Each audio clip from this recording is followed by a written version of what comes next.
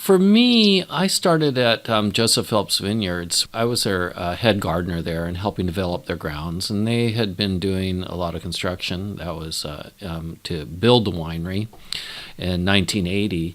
And they are on those thin soils. And I found that I couldn't grow a lot of the things I wanted to grow. So I really learned in a tough environment. And we can grow really nice things in tough environments. It's just that the plants that grow in the Ohio Valley don't necessarily grow well on a hot hillside above the Napa Valley. Professionally, for me, it was always a challenge there, but I did want to grow those things that were really beautiful plants. I kind of found that I had to leave that one site and go to a business where I could expand my growing visions of what I wanted to do. And I want to grow more things. I didn't want it to be so hard all the time. So I left and I started my own business and met many other challenges along the way. At Phelps, I was part of the wine industry. I was just an auxiliary to the wine staff, whereas now I'm in the landscape business. 30 years ago, Napa was a completely different place. You have to think of Napa as then was agricultural community. There weren't, tourism was not a factor, and basically providing landscape services for people was providing it for residences and in the city of Napa and the city of St. Helena and around.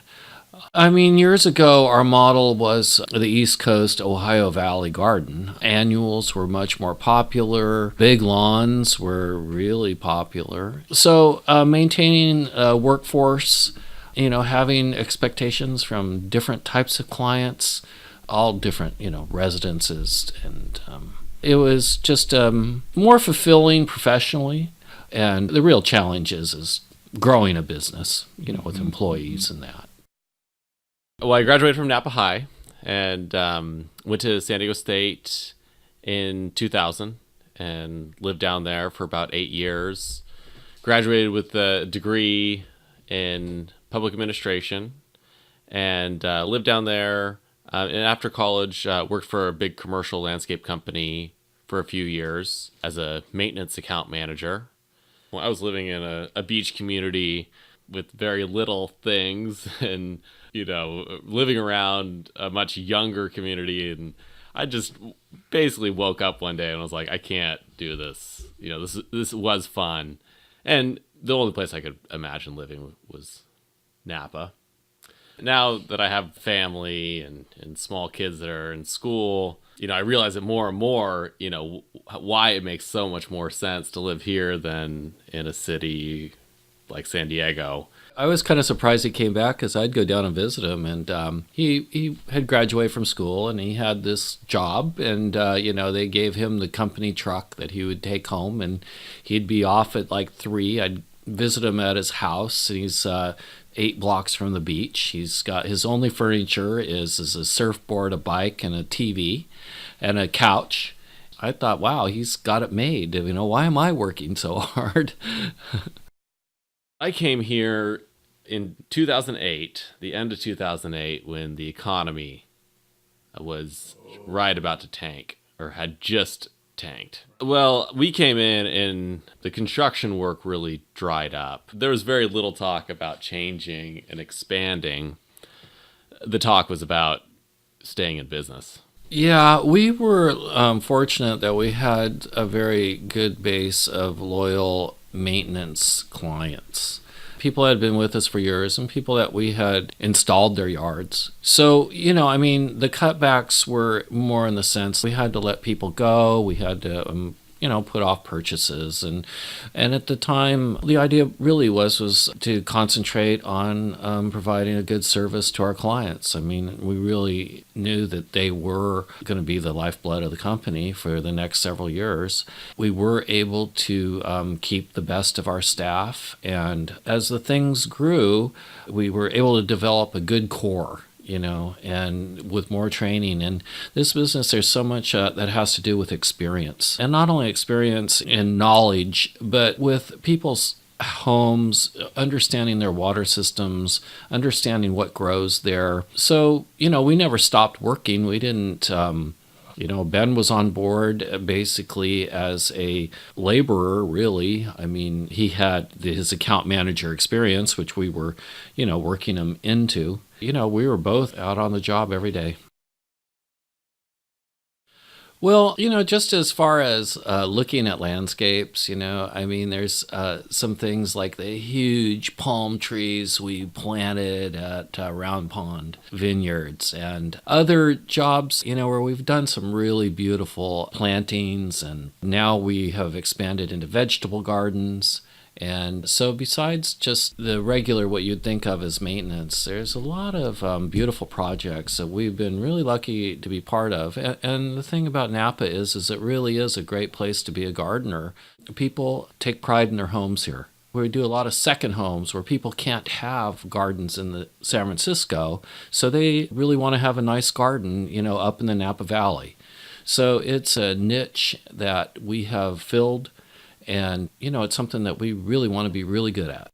It's great when we can bring all of our skill set to a client's property and include all these features that we're very good at installing and very capable of doing. So when we get to do a little bit of everything, the lighting, concrete or flagstone, fireplaces, that's always real fun to do these special features for clients, because those really make the properties special and unique.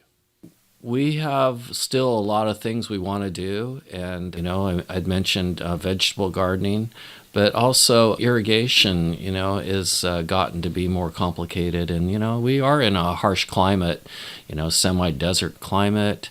So we've been able to specialize in that, and that's led us to specialize in lighting projects. We've had some beautiful lighting jobs. Also, the architects that we do work for are some of the best in the country. So, it's not just all us. We are happy to take on projects that are designed by others, and really most of them are, especially when you get into larger, newer construction and wineries and hotels. That's all professionally designed by landscape architects. And, big projects take a lot of collaboration, and even small projects, it's the same processes of design, build, maintain. They all have to work together to have a nice yard. I am a plant person by nature, but I think that if you were to meet more of our staff and talk to them, these people who are gardeners, they are drawn to the field. For the most part, they're very creative individuals. They're artists, and to craft this art, it takes a lot of experience because you have to do something for 1 year and see how it goes and see how it looks the next year. In the meantime, you're creating other things. And so it's an evolving process of the garden creation.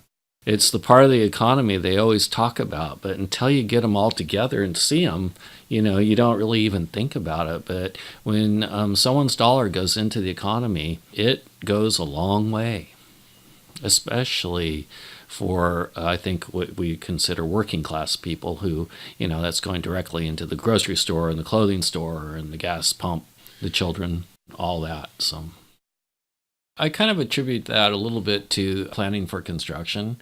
When you do project management, where your guys are going to be 3 months from now, and what kind of materials they have to have. And then you set up a budget, for that job. And you check the budget. Now you're like a planner, somehow you've got these skills that make you plan out the beautiful garden. You plan out when it's going to be done. You plan out the maintenance. So it kind of makes caring for the employees and all that a little bit easier, because it's all steps in something that was thought out and worked out and executed. And it's a nurturing environment.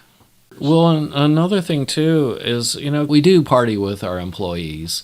And when we have our employees come to our 30th anniversary party, and you see the generations that are supported by, the primary workers' income, and the kids who are going to school, and even they bring their grandparents or extended family members, and all of a sudden this 25 people is 50 people, then it's 75 people, and you're like going, wow. A lot of people are depending on this, not only on our business for their livelihood, but there's a whole industry of landscape professionals that is generated by our clients' loyalty to us. So. Yeah, well, now it's really fun because we get to talk about expansion and hiring and buying trucks and, what direction are we going to focus the company in and what services are we going to provide. Well, there's so much more growth and changes that are out there. It is an exciting time to be working in Napa and Sonoma and hiring more people and expanding, facing new challenges. Every day is a learning experience, and, we're grateful to have great clients and a great workforce that support the business in their own way. Oh, it feels great. It feels good. I mean, I'm definitely turned basically as Ben being president. He's the executive position, and so I'm trying to delegate more over to him. And so I'm really doing the attaboys and the support, and Yeah, my dad and I work really well together. It's great to have him there for a resource and to get all this training over the past 10 years. And still every day I have questions, whether it be about business or plants, that he's there for. So it's great to have a great teacher and a great mentor. Starting a business is not something that you really think of as being a legacy. And when you get to 20 years, you go, wow, that happened already. Well, then 25 years was actually quite a milestone for us. But somehow I think at 30 years now, it is just more significant. But also to be able to pass a business on to a next generation, I don't think that there's many opportunities like that in America anymore. It's a lot of accomplishment in there personally to reach a 30-year milestone.